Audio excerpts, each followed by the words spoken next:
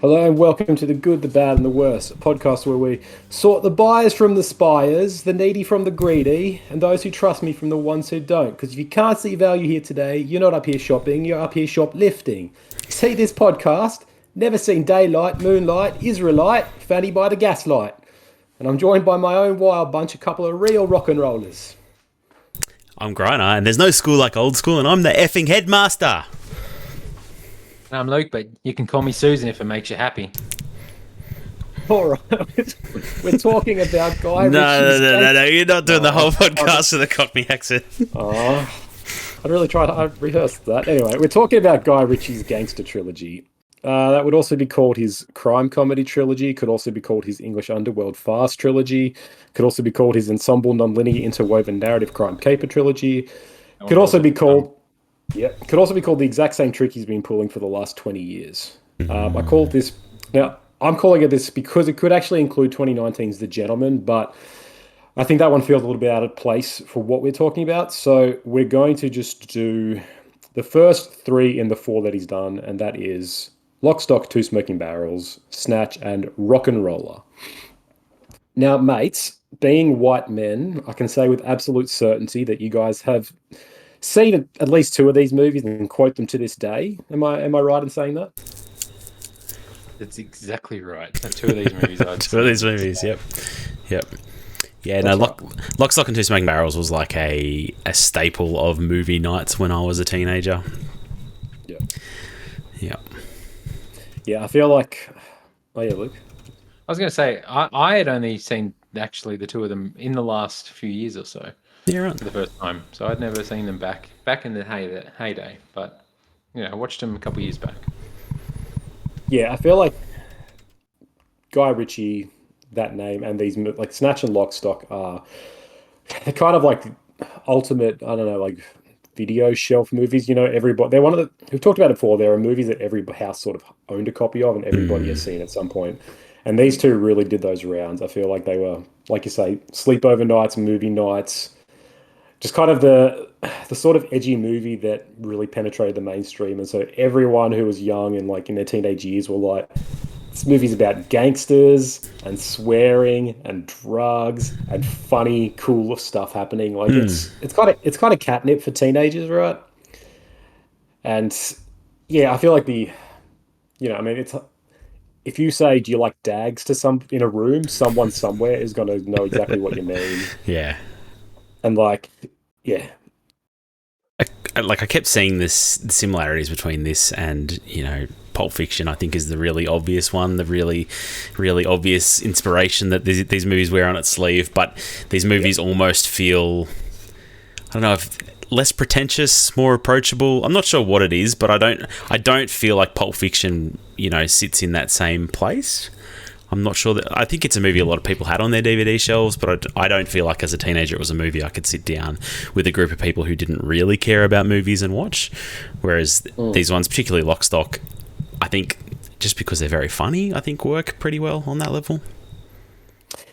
Yeah, you're right. Pulp Fiction and most of Tarantino stuff's a little bit more, not serious, but yeah, it's not quite like these. Like these two movies are comedies, really, first and foremost. They're crime movies, but they're definitely made for laughs. Whereas your Tarantino stuff's a little bit more like again, its own thing, like a combination, but more serious, I guess, just with laughs in it.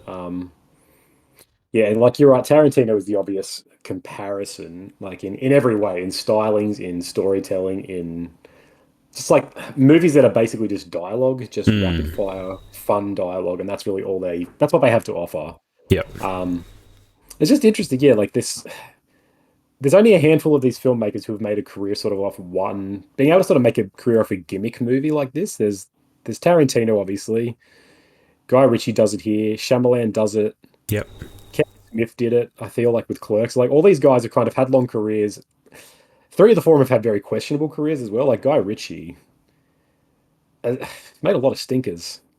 Like, a lot of shit in his time. But still, his name carries weight and still he gets contracts. Like, he's got 6 projects up and coming. It's like this guy just churns them out. And I think all of those are greenlit basically on he's got TV series as being and all of it is greenlit, I think, on the goodwill that Lock, Stock, and Snatch still earned him, which is kind of like just crazy to think, right? Like you make one really good thing, and people are just like, yes, here's blank checks for the rest of your life.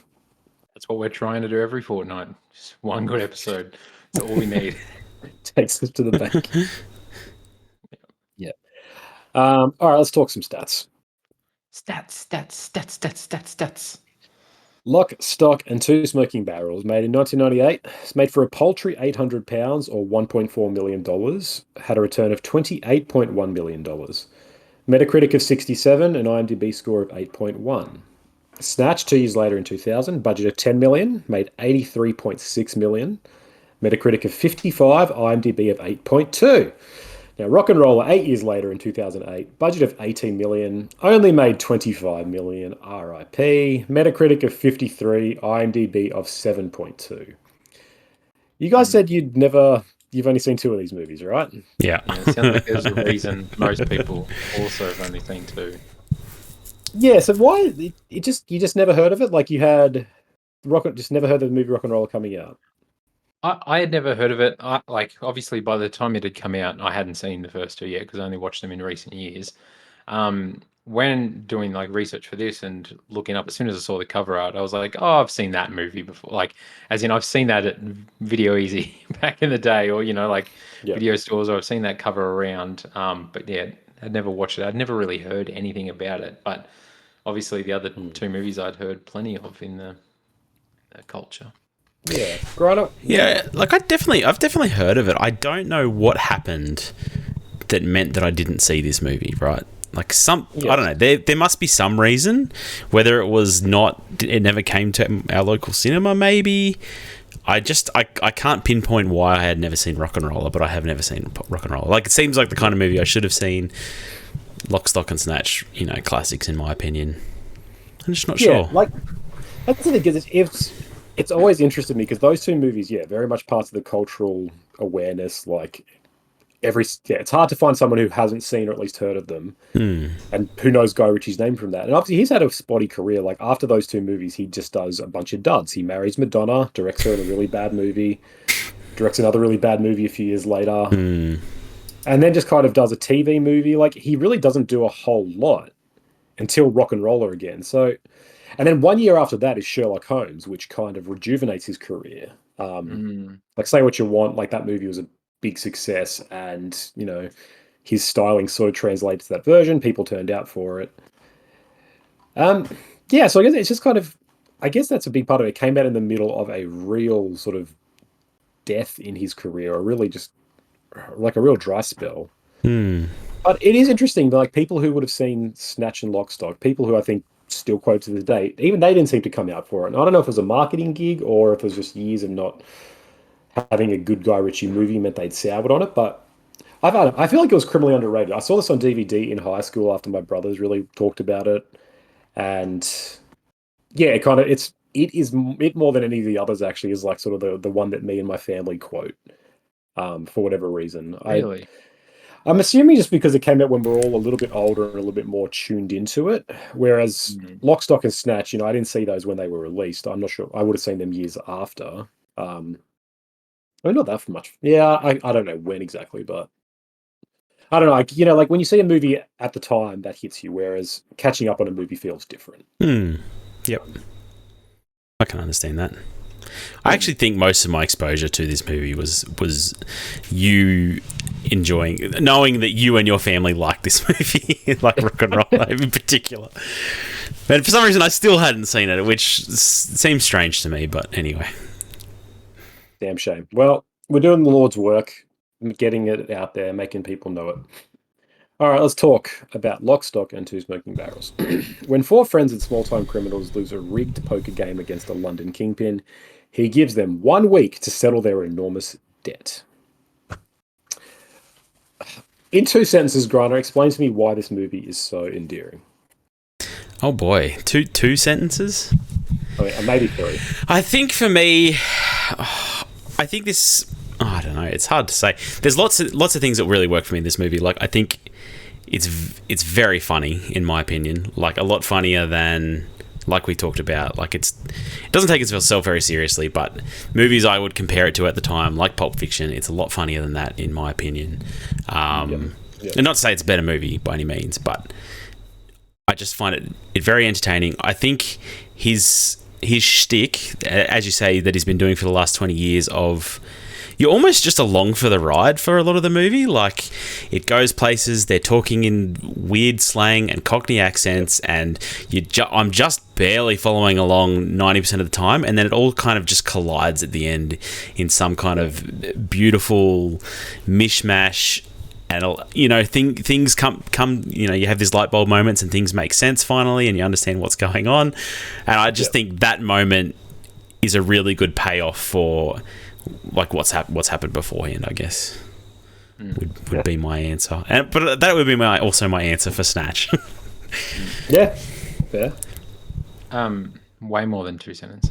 Way more. Sorry, but no, just run on sentences. It's fine. I would just say I think that similar to what Griner said, I like all the different sort of little stories that are happening around the movie, and you're along for like 3 different rides throughout the movie, and then they all come together at the end, and it's like nice watching them intersect and everything like that. And it's just the banter. It's like, you know, these pommy blokes just bantering off each other and mucking around. It's good fun. It's good fun.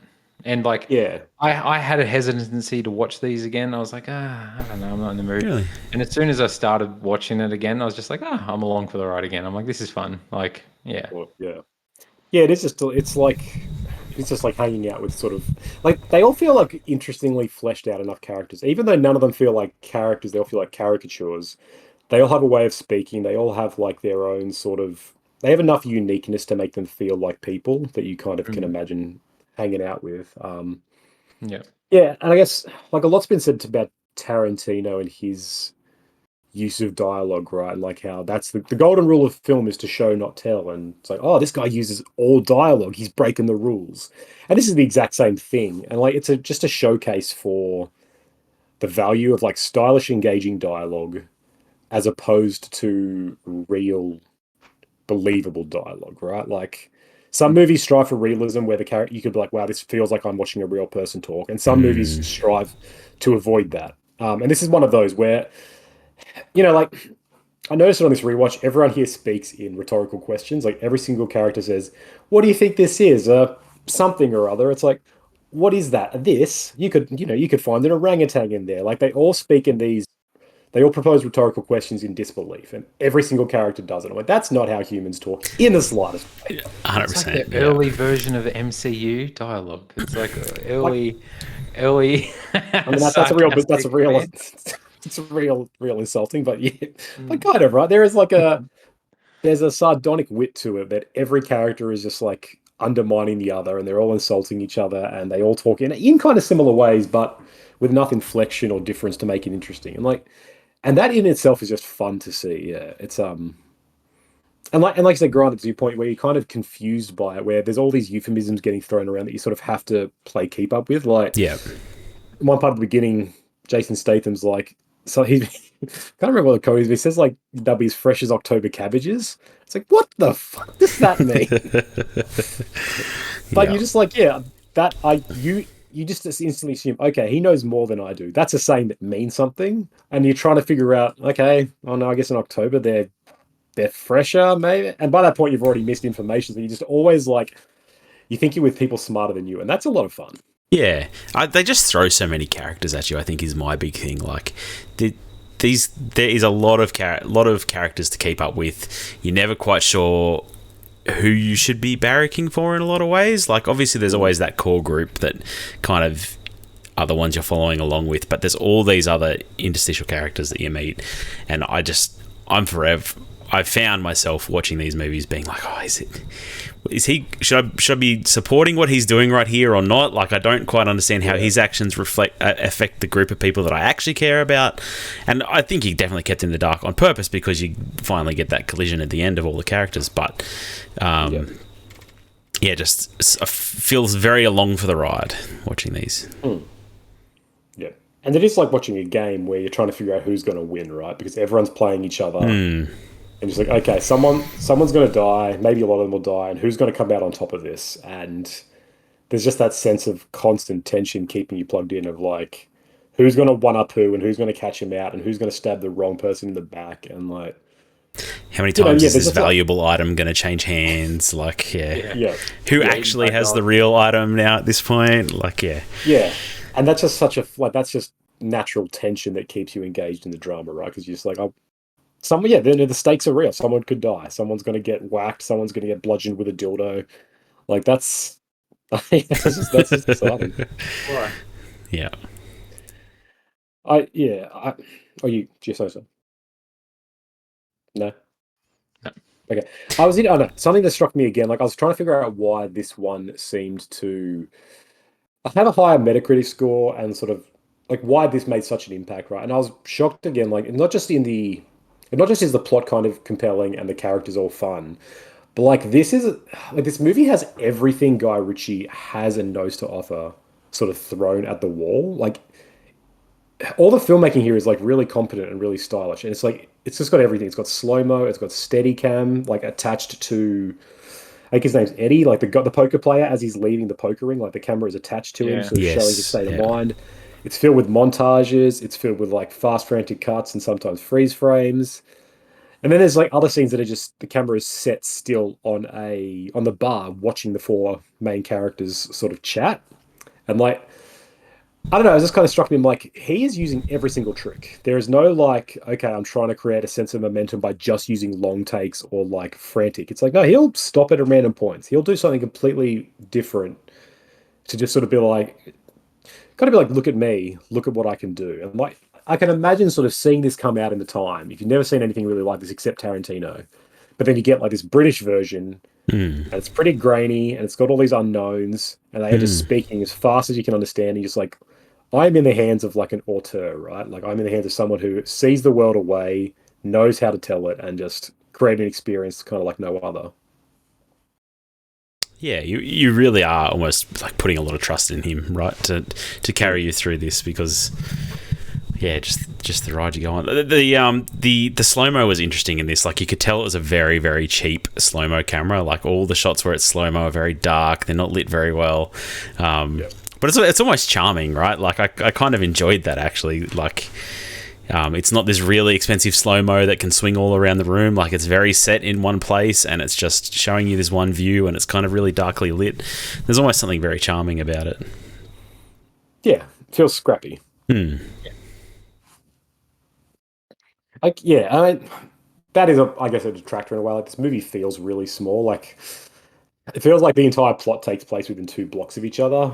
And Mm. like, they literally rob their neighbors and then they drive like down the road to drop Yeah. off drugs at the drug dealer's house. And then just across the way is Rory Becker's office. And it's like, I don't know, is there just like one precinct in London where every single criminal It's the lives and crime works? district. Yeah. And police are just like, don't go there. That's bad Yeah, neighborhood.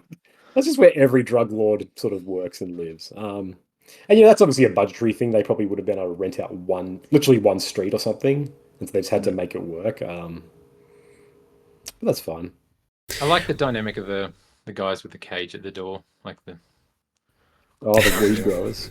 yeah, I like their whole dynamic about letting people in, and then they finally don't let the person in. Like they're finally being safe when the Yeah. plan's coming together, and he blows his foot off. Yeah, Oh, yeah. That whole scene, like when it finally happens, where he blows his foot off, they're shooting them with the air rifles. Yep. Just like the little these- pellet things. yeah. I shot him in the neck.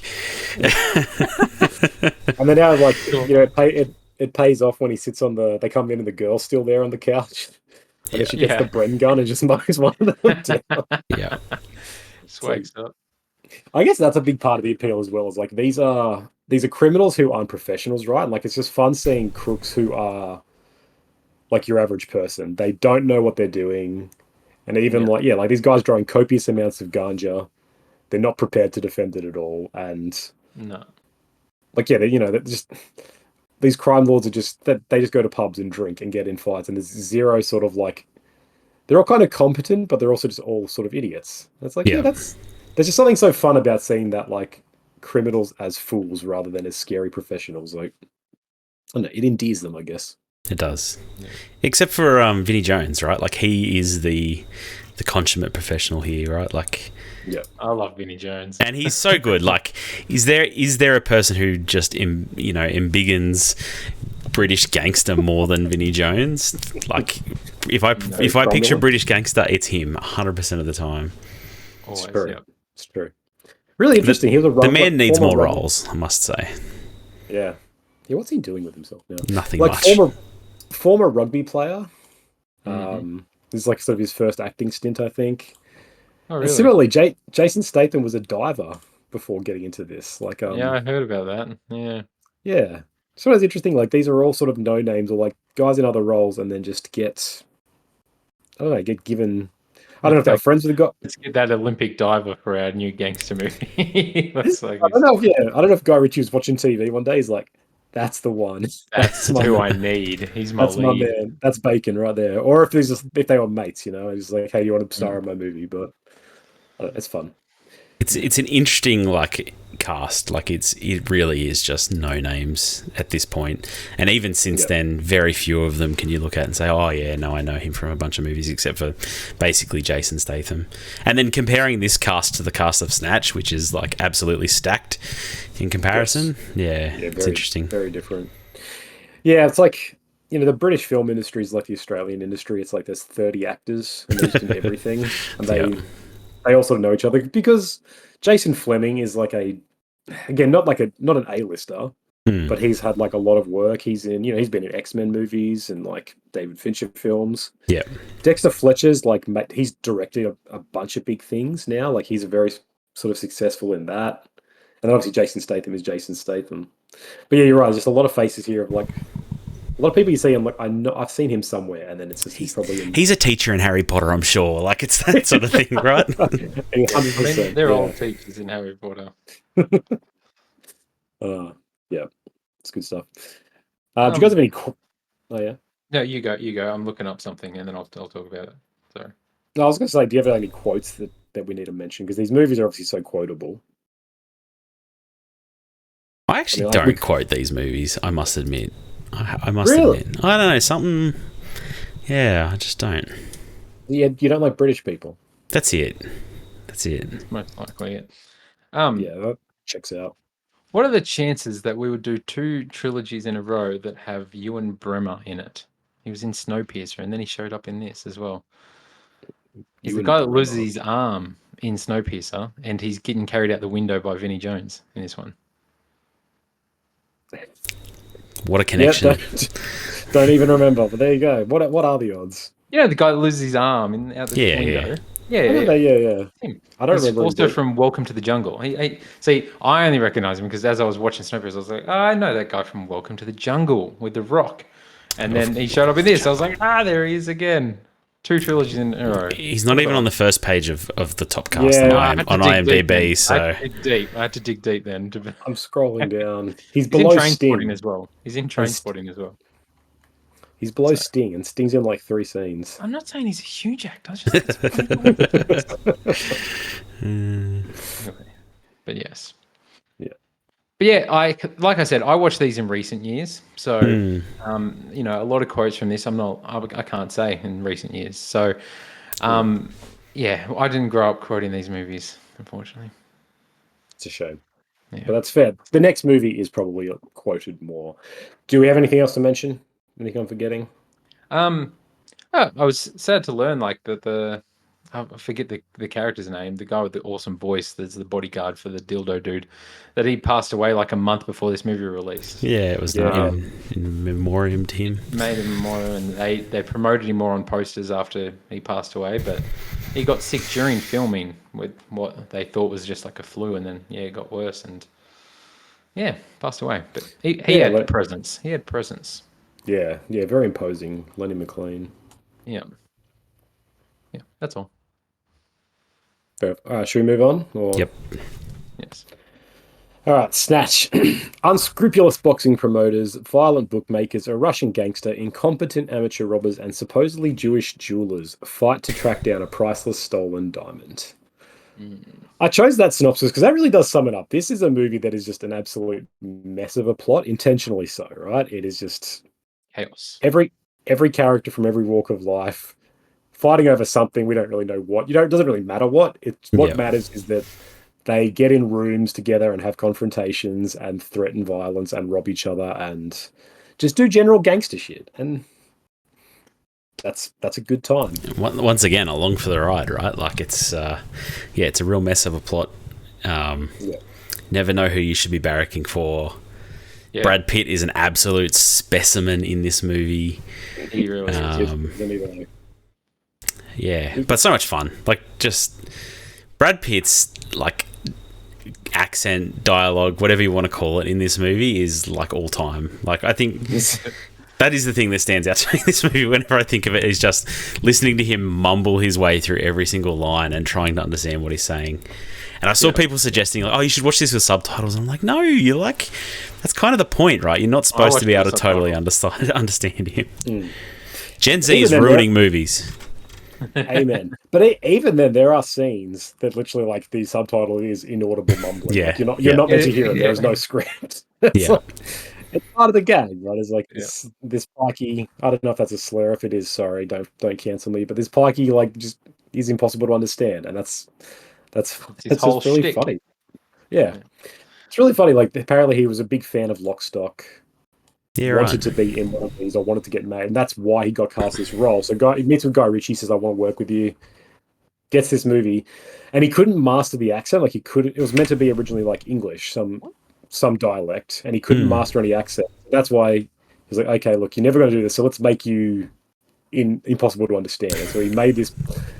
Created this pikey character where he's just like, you can't be understood. You just go hard, and then goes on to be like one of the most iconic roles. Like, every single person knows this role. Brad Pitt, an impossible to understand Irish bare knuckle boxer. Like, it's in the top 20 characters of all film history, he's probably in there. Like, most iconic characters, at least. Could be. Buongiorno. He's good at his fake accent. He's got a few. He's actually got a few characters. But this I really enjoy this movie, and like, this is the one I feel like I remembered the most from watching the first 2 years ago. Like, I was like, Brad Pitt obviously helps this movie stand out a lot.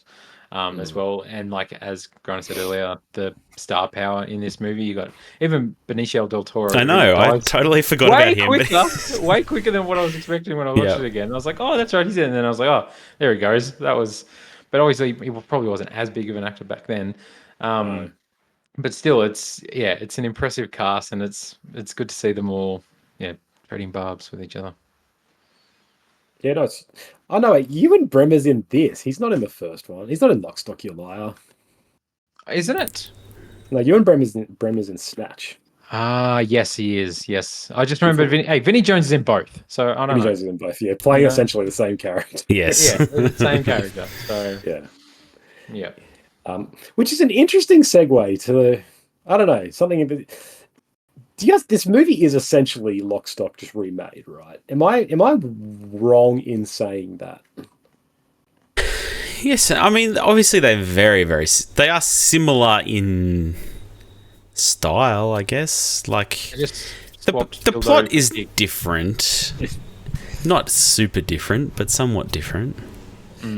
Like, yes, you're right. So the details are different. Like, it is not the exact same plot or synopsis, but you've got a narrator narrating sort of the fun of what's telling you about the characters' backstories. You've got colourful characters who are all, some who are really super deadly. One's, Bullet Tooth Tony versus, I can't remember, Hatchet Harry. Tyrone. Yep. But then you've got all of that. So you've got them being narrated. You've got Jason Statham, Vinnie Jones. You've got all these actors recurring in very similar roles, all after something, all of which culminates in literally like the exact same scene where the vans are coming by. It's even got the same Greek music playing over it. So like, he recreates the same collision scene there, which is, maybe an homage, but I don't know if you can make an homage to your own movies. I don't know. It's not even an insult, I guess, but it's just interesting. Like, this feels kind of like that Evil Dead thing where this is him making this movie again with a bigger budget and with more outlandish characters because now he can. Not to detract from Lockstock, I think Lockstock's almost probably got a more pure, more like a singular joy to it. But it's just, yeah, I don't know. It struck me. I was like, oh wow, this is just Lockstock again, and that's why we're doing it as a trilogy, right? He's made the same movies 3 times.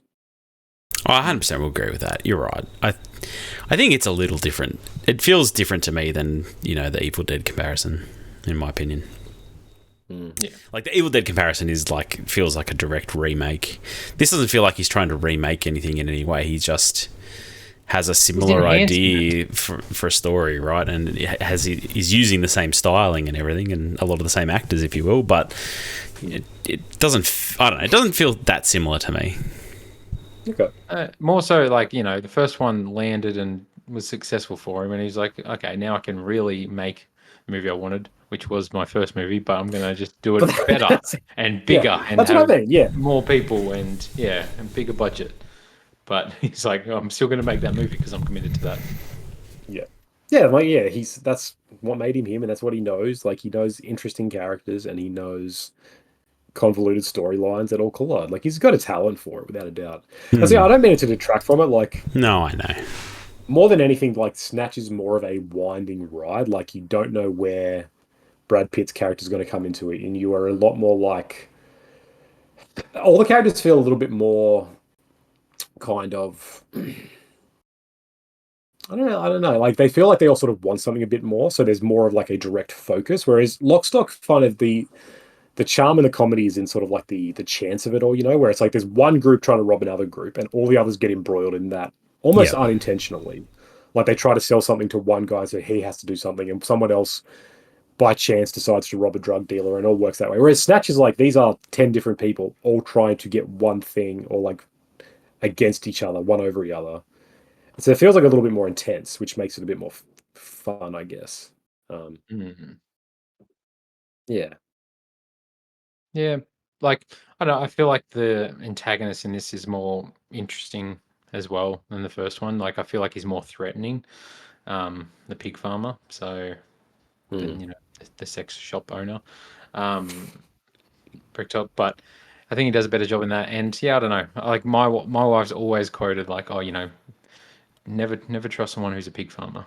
And that when she found out my brother's a pig farmer, and we went to his property and had a big farm of pigs, and she was like, we got to get out of here.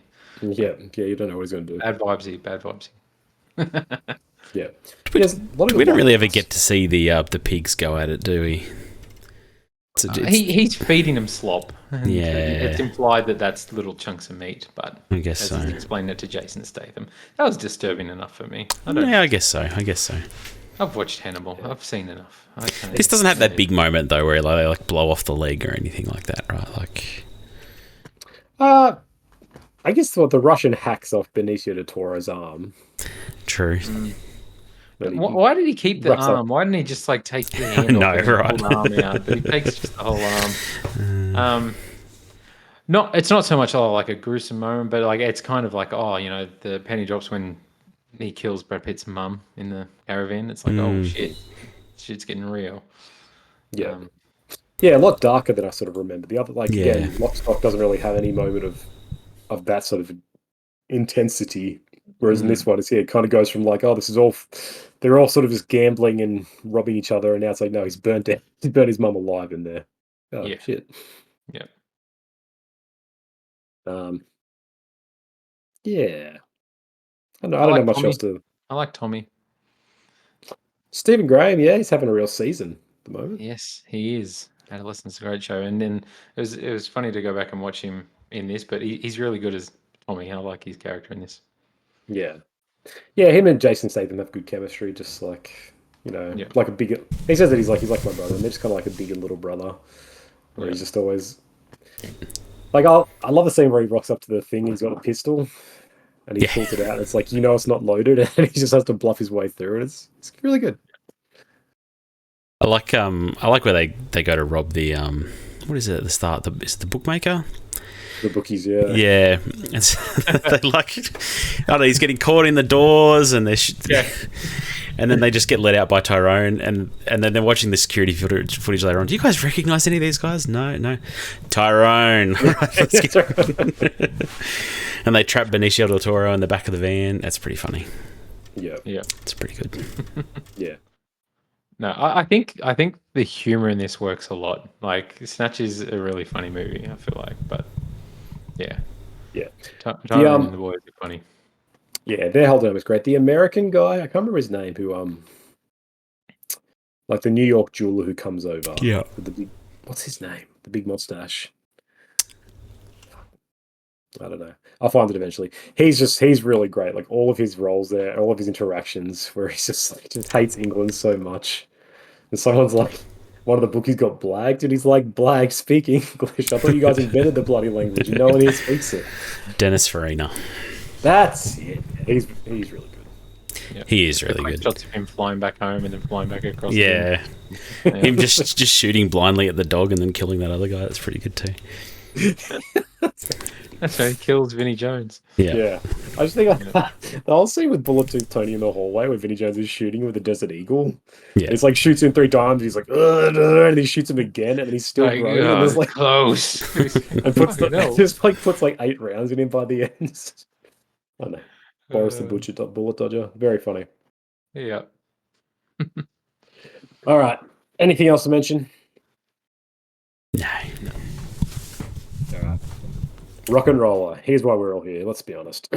When a Russian mobster orchestrates a crooked land deal, millions of dollars are up for grabs, drawing in the entire London underworld into a feeding frenzy at a time when the old criminal regime is losing turf to a wealthy foreign mob. All right, it's no secret. I love this movie. I think it's really, really good. I'm one of the only 6 people who'd seen it, apparently. So, tell me, Luke, start with you. You're making faces already. Why do you hate Rock and Roller? Well, before you said that, because I didn't know you were a fan, I was about to start my whole thing with being like, man, what a shit movie. Yeah, you're so wrong. I feel like this is one of the most boring movies I've ever watched in my life, where I wasn't along for the ride. I did not care about any of the characters. I didn't enjoy it. I barely remember it, and I watched it last night, and I'm like, I just didn't care. I didn't, and I went into it thinking like, this isn't going to be too bad. I love Gerard Butler. It's got Tom Hardy in it. I was like, all right, this is a good cast again. I'm excited for this.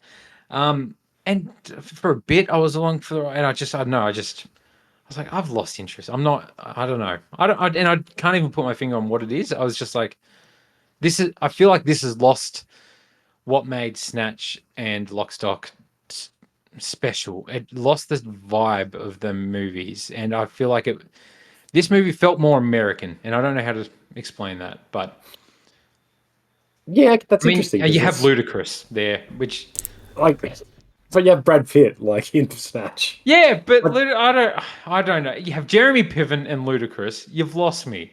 Like, it's too American. It's lost the soul. But there's not. I don't understand because there's nothing. This isn't like an American production. This is very much set in London. It's all about the London landscape. I mean, I wouldn't have called it an more American movie. I certainly have problems with this one too. It was by far my least favorite. I think it has lost something. Some of the charm, some of the quirk. I don't know. Gerard Butler does his best to hold it together, but I don't find him that charming in this movie. I think Tom Hardy's doing it. I really like him in this movie. He's got it all together. Yep. Idris Elba's pretty boring in this movie. Doesn't have much to do. Yeah. Like there's a few moments that charisma. He doesn't in this movie though. I think Idris Elba's a good actor sometimes. He's done some pretty average movies. Like not every role is him, is him in The Office or him in, I know that's a really weird example, but like, not every role of his is The Wire, right? But like bad movies are different to bad performances. Like I don't know what performances have you done that's bad. This one, Sonic. Voice. Yeah, no, he's bad. He's bad in Sonic the Hedgehog too. He's a bad voice actor for sure. Yeah, he's not that exciting in the Thor movies at all. Heimdall. I think you're in the minority. I think most people really like him as I Heimdall. actually do like. I like There Heimdall. you go. I like Heimdall. But yeah, he's not He's interesting. underused, I Right. guess. It's not his fault, but Yeah. I don't know. I Doesn't think have he's much to do. fine. I think you've got token female character added to this cast because all the other ones are so male stacked. Yeah, that's true. Um, I think seeing the cast, I had hopes for this where I was like, oh, this could be actually good, and it never delivered. you know what? Actually, the thing I don't like about this movie is the rock and roller. I think he's very dull and not very interesting at all. I do not Why like did he rock kibble? roller. Yeah. I actually thought he sounds so much like Russell Brand. I thought it was him for like 90% of the movie with with short hair. That might ruin it more. Yeah, that might make it more of a negative opinion. But I just didn't find him or what he was doing interesting at all. And the fact that it kind of culminated on him being the guy almost was like, ugh, really? Wow. Like Okay. Gerard Butler, Mark Strong is more interesting than him. Even the end, like the collision of all the characters, you know, that point that we've had in both these other movies, that's such a good payoff. I think is really weak here. Like the reveal that I don't know what his name is, but that he's Lenny. the mole, he's the informant. That's pretty- right. The pretty boss dull. was the what if? Oh my god! Really? Man, But even So the you whole really movie, like- I'm getting the whole it. movie, I'm I wasn't getting like, it also. who's the informant? Who's the informant? I have to know who the informant is because it just doesn't. It doesn't have any effect on what I we're don't watching. care. I don't care. That's the thing, isn't it? Conan, why do you like this What? movie so much? Oh, okay. Why do I like this movie? All right. Archie's a better narrator than all the others. Then Jason Much Statham. better than better Yeah, than Jason sure, Statham. sure. Better I'll than, give you better that. than the bar friend in the first one. I think it's a much more interesting spread of characters. You've got variety more point of views. You've got junkies, you've got top tiers, you've got city councillors, you've got these like low tier gangsters, you've got Russian oligarchs, as opposed to like here's just 12 of this like lowest level of sort of British criminals.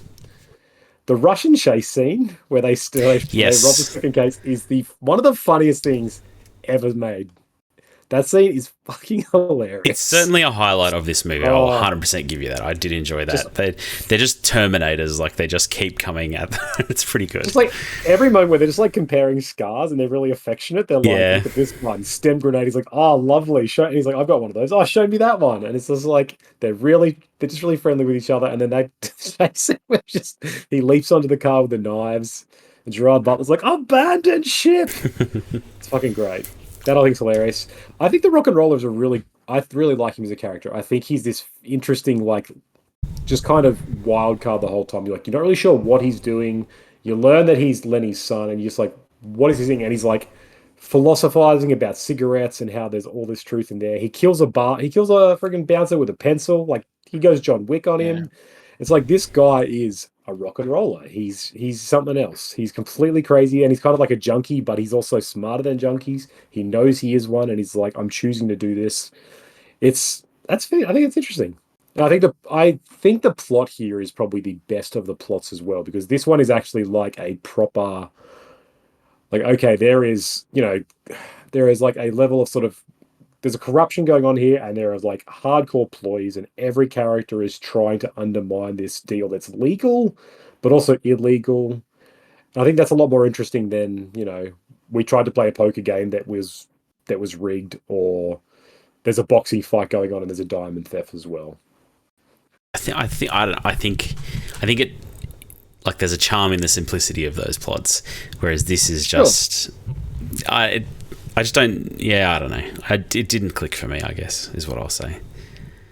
Damn shame. I also think, and I think quotability as well. Like, I think this movie, even though there's probably never as many lines that are quite as funny as like all the rhetorical questioning in Lock, Stock, or some of the outlandish comments in Snatch, just like, I don't know, to this day, I'll still be like, whenever my daughter does anything, I'll be like, don't hurt me, I'm only little.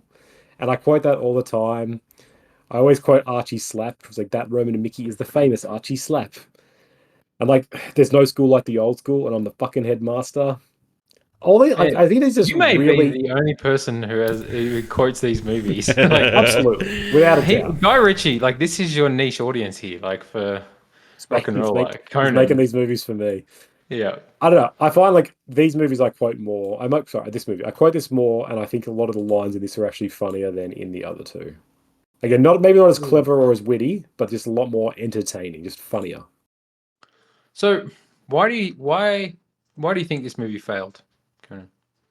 Like commercially, like financially My bombed. assumption is there wasn't much of a marketing. Again, I this was a DVD watch for me. It was new. I didn't see it in the movies. Don't remember it ever being released. So I'm assuming this was pretty small and quiet. Um, and there, like I said at the top, it came from the. It was in the middle of his career's so weird. He makes two big movies, then makes nothing until this, and Because like within. critically, it drops off too. That's what I mean. Like his two movies after Snatch are like Swept Away is atrociously like nobody. People hate that movie. That movie is Mm. widely considered one of those like the worst movies made. And then he makes something called Revolver, which was like a crime drama, and is It's got apparently not Jason very good. Statham with hair, though. I kind of want to watch that movie. Like I was looking for it before this. I was like, I need to see Revolver and understand what's going on, but I couldn't find it streaming anywhere. So yeah, super Should weird career. Jason Statham have been in this? I mean, I like Gerard Butler. I really like the Wild Bunch in this. I think they're like the next sort of generation of British actors. Whereas Jason Statham, even if it's only 8 years difference, he feels like a little bit of sort of an older guard. But yeah, I think this movie just came out in a weird time. No, like I don't think Guy Ritchie's name had much stock at the time.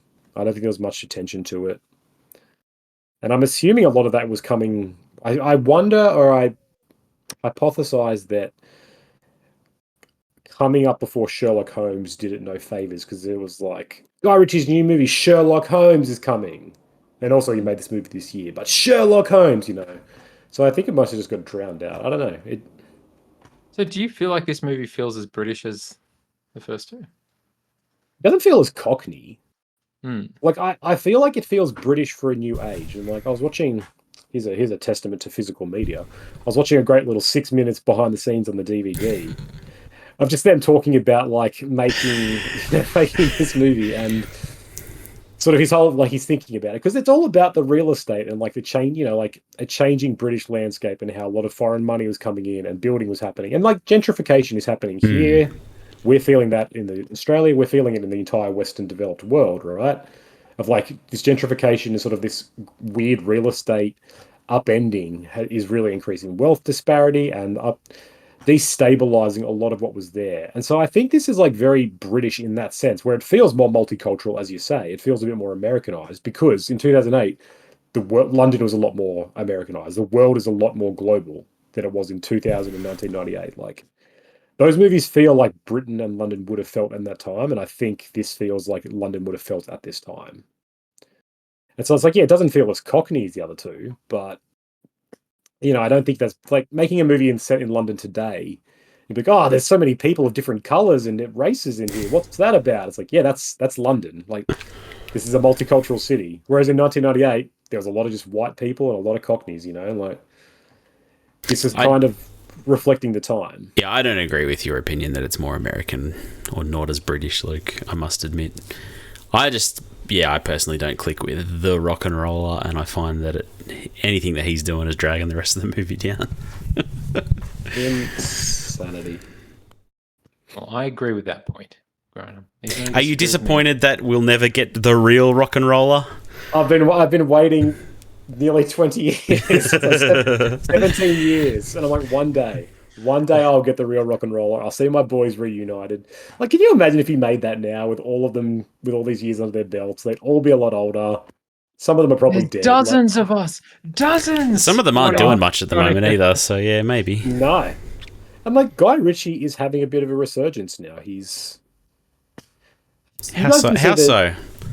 Oh, okay, very easy. So he had his spotty career in the 2010s. Aladdin. Was it Aladdin? He made Aladdin, big piece of shit, but very big movie. Did he make Aladdin? He made Aladdin. That's what I'm saying. And then he made The Gentleman. Now, neither of you guys saw The Gentleman. Is that correct? No, I haven't seen I saw The Gentleman. You've seen The Gentleman? Yep, I saw it when it came out. So why? Like, okay, why? Like, what about that made you be like, yeah, I'm going to see that? Because this is the fourth sibling in the Guy Ritchie quadrilogy. Because it's see, exact again, okay. it's the same movie. It's a crime caper set in London. So I think I watched it when I watched Snatch and Lock, Stock and Swing Barrels. I've watched them two. It's And I was rock and I was roll. like, all right, let's watch Matthew McConaughey. I was like, yeah. Like, I don't know. I just wanted to watch anything with him back then after True Detective. And yeah, no, something about it appealed to me. And I enjoyed the movie. I don't remember that well now. Like, I watched it when it came out, so that's 6 years ago now. But I enjoyed the movie. So yeah. Because I think again, like The Gentleman was sort of his. This is like he's saying. Guy Ritchie makes these movies for each generation. He's like, hey guys, here's me doing my thing. And like this movie was pretty popular. I don't love it. I think it's fine. I think The Gentleman is a much weaker version of what he's been doing. But like a whole generation kind of clicked with it, I guess. And like it's spawned a TV series on Netflix now that I think is doing pretty well. It's weird that Lock, Stock and Snatch also have a TV series somewhere out there. Yeah. Yes, it is. Snatch has got Rupert Grint in it, which is even weirder, but anyway. Yeah, I don't know if any of them are successful, but yeah, like there's something there for it. But like since then, so 2019 he does that. Wrath of Man in 21, Operation Fortune Rouge de Guerre in 23, Guy Ritchie's The Covenant in 23, The Ministry of Ungentlemanly Warfare in 24. Like he's churning movies out in the past few years. Covenant. I loved The Covenant. Yeah, so he made that. He's got Mobland, which is a new TV series with Tom Hardy, Pierce Brosnan. The Covenant's definitely a departure from his normal style, though. But like, obviously, he does that every now and again when he needs to. But The Covenant's a great movie. Wrath of Man is as well. Wrath of Man is a very serious, somber crime drama. So he does this sometimes. But like, highly recommend Covenant. Great movie. Probably not as good as Rock and Roller. Won't see it. I think it is. So, like, he's making movies, and I guess he's doing something right because he keeps getting money to make these movies. So there is a chance that we get Rock and Roller, the real Rock and Roller. No, there's not. I'm sorry. The copium. I'm sorry. It's not happening. It's coming. It's not happening. It's not happening. He's tuning out movies, but man, they're not doing well. Like that Operation Fortune Rouge de Guerre, however you want to say it, didn't even make its budget. Covenant released on Amazon. Yeah, all of these go to movies. Oh, maybe it was straight to streaming. No, it went to the movies, but I think it was a day-and-day release. We have ruined cinema. We have. Same with Ministry of Ungentlemanly Warfare. Fault. A little bit. Because no one turned out to see Rock and Roller in 2008. If we'd just seen that, shit would have changed. I tell you, true.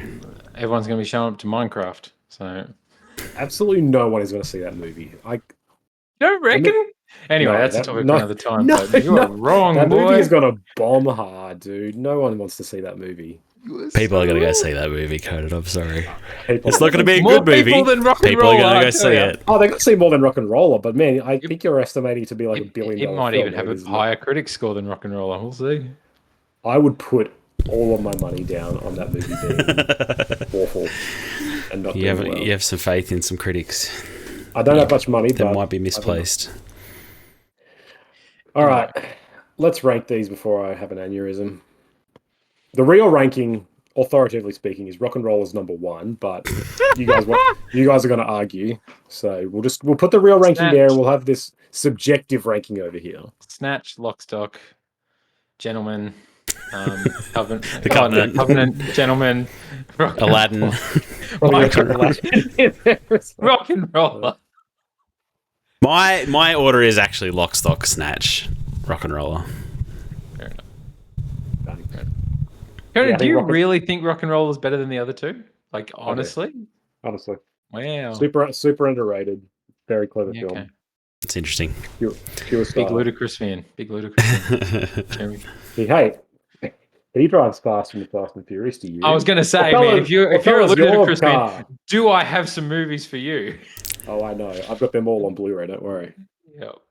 I think, for me, I'd go Rock and Roller, and then I'd probably go Lock, Stock, and then Snatch. Like, there's something, there's something about like the scrappy, small nature of Lock, Stock is kind of just is very endearing. And like I say, look, that movie is very British. It is very, very, very British. It's very British, very Cockney. They talk about how the Northerners hate the Southerners and stuff, and it's all a lot of fun. Yeah. But that and Snatch I like. two of a kind. They're hard to differentiate. Because That's again, true. it's basically a remake. But anyway. I'll give you that. All right. Thank you then for joining us on another episode of Rock and Roller is the best movie ever made. Luke, what are we doing next? So, the next trilogy we'll be doing will be the Kingsman trilogy. So, Kingsman Secret Service, Kingsman the Golden Circle, and The King's Man, which is a prequel. But from all I can see, they're never going to do an actual sequel to Golden Circle, and it's been long cancelled and in development hell, and apparently it's not going to happen. So, prequel will have to do. That's 3 movies. That's our trilogy we'll be doing. I hear these movies are shit, but Have you never watched any of them? I've seen the first one. I was going to say, I've only seen the first one, and I thought you would like. There's a few scenes in the first one. No, the first one is good. Like first one's I'll good. admit it. But I've heard the second one. Rona, have you any experience with these movies? Yeah, I've seen the first one. I think I've seen the second one too, actually. Yeah. Okay. Didn't I've only watched the Matthew first one in Vaughn the produce cinemas. Lock, Stock as well? I was just about to say Matthew Vaughn, And Snatch. Guy Ritchie's old producing partner. Yeah, That's why I picked this one, boys. is that Continuing really? the tradition. Yeah, I want some more British accents in my life, so get some Taron Egerton. I've got a movie for you. Colin Firth. Came out in 2008. Rock and roller. It's got a real rock and roll. Yeah. Anyway, so yeah, that's our trilogy. All right on. Well, thank you again for joining us. We'll see you in a fortnight. This podcast was produced by my books. No, brought to you by books. Yes. So, they're crime capers in a way. Please buy Taste them. of Iron. Yeah, and then God Grotesque is the other one. Yep. Third one's coming. If you like this podcast, like, share, and subscribe on any service that you consume us. Makes a big difference. The third one will be Rock and Roller Book Edition. The real rock and roller. I'm sure there'll be a lot of gentrification chat in that third book for sure. Might D oath there will be. All right, thank you again. Tell everyone about Rock and Roller, and we'll catch you next time. Peace. See ya.